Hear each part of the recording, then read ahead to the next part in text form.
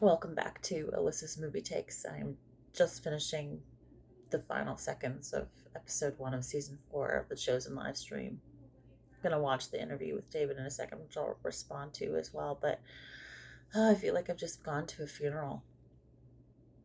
The way that and I've seen it before, but I'm still crying, of watching John's life play out before your eyes with the Chosen theme music in the background. It's just, it's a story I've heard my whole life, and John's story is part of the Christmas story every year because of his birth. Like, Jesus was just as miraculous. His parents were beyond the age of conceiving, which you can see in the show that they're old, and John comes on the scene, and he comes on the scene for one purpose, and that's to prepare the way for the Lord. And a lot of times we think of like Stephen as the first martyr, but really it was John that he went to his death willingly.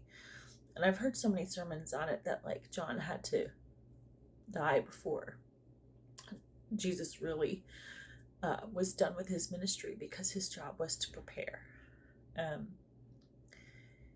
I believe there's one scripture where Jesus finds out about it and he wants to go grieve that John is dead, and instead he has to minister to people in front of him. And it's like the ultimate ministry moment for Jesus, is that he's grieving. He's just lost his cousin and the person who understands his ministry the most, and then he has to turn around and serve people again. So Jonathan, those last frames that he just did, I feel that, like, but he had put himself in sackcloth and ashes to honor John, and his heart was broken. And they did it so well, of just, one, that John has a sense of humor all the way to the end, but then two, that he looks out and sees the lamb.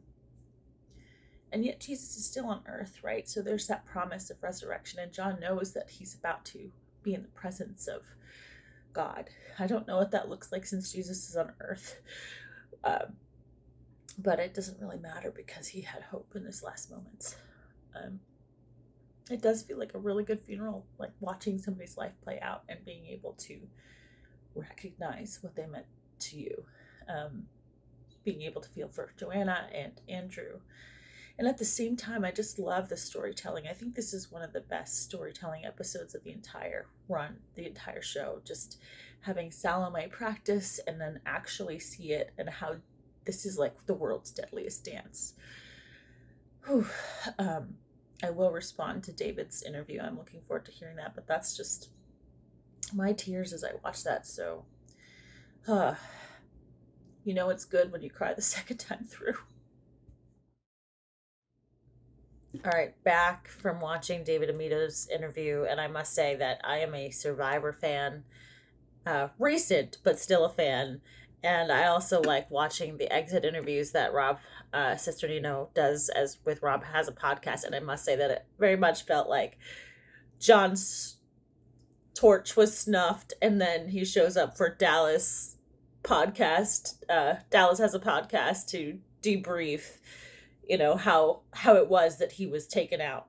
And that just was my feeling of like, up and here is David Amito's exit interview.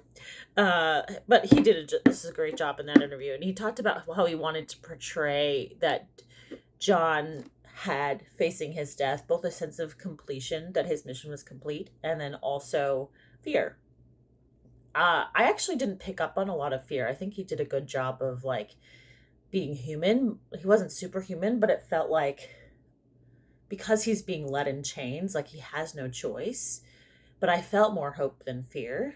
He had just the assurance that he had done his job, and he's done a great job. I think that he has that wildness. I hope there's some kind of flashback, or we get to see him again one more time. And yeah, as I mentioned in my raw reaction, he knew his life had a mission, and he helped us feel very connected to that character. And I think he did. I think Jonathan Roumie did in his reaction. Just having Dallas said that adding the baby scene was actually a late addition, but I really appreciate it, because a lot of what we know from John is his origin story before he's even born. So to include that as his beginning and his end, Chef's kiss, guys. Whew. How did you react to the death of John the Baptist in The Chosen? And did it get you like it got me? Uh, that's my take on episode 1 of season 4, standalone, very raw reaction. Thanks for checking in, and I'll talk to you soon.